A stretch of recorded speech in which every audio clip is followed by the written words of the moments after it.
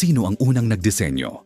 Nitong nakalipas na mga taon hinayaan ng mga siyentipiko at inhinyero na turuan sila ng mga halaman at hayop.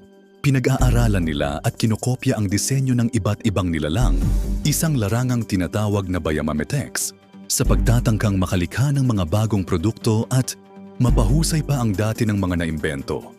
Habang binabasa mo ang sumusunod na mga halimbawa, tanungin ang sarili, ay sino ba talaga ang dapat purihin sa mga disenyong ito?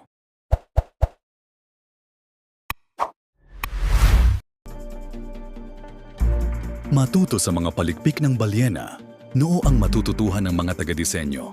Ng eroplano sa balyenang, humpback mukhang napakarami. Ang isang adultong humpback ay may bigat na mga 30 tonelada. Kasi ang bigat ng isang trap na fan ng kargamento, matigas ang katawan nito at may malalaking palikpik na parang pakpak. Ang 12 metrong hayop na ito ay napakaliksi sa ilalim ng tubig. Hindi maubos maisip ng mga mananaliksik kung paano ito nakakabaluktot ng husto. Kahit matigas ang katawan nito, natuklasan nilang nasa hugis ng palikpik ng balina. Ang sikreto ang nasa unahang gilid ng mga palikpik.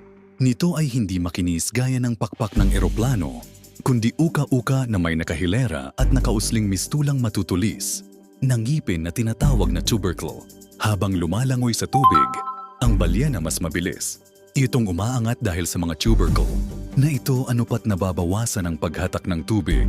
Paano ipinaliliwanag ng natural history na dahil sa mga tubercle banayad at paikot na dumadaloy ang tubig sa ibabaw ng palikpik nito kahit na lumalangoy ng paitaas? Ang balyena paano magagamit ang natuklasang ito ang mga tulad? Palikpik na pakpak ng eroplano ay hindi na mangangailangan ng maraming flap sa pakpak o ng iba pang aparato upang makontrol ang daloy ng hangin. Mas ligtas at mas madaling mantinihin ang gayong mga pakpak. Naniniwala si John Long, eksperto sa biomechanics na balang araw, malamang na lahat ng eroplanong jet ay magkakaroon na ng nakausling, matutulis ng ngipin na gaya ng nasa palikpik ng balian ng humpback.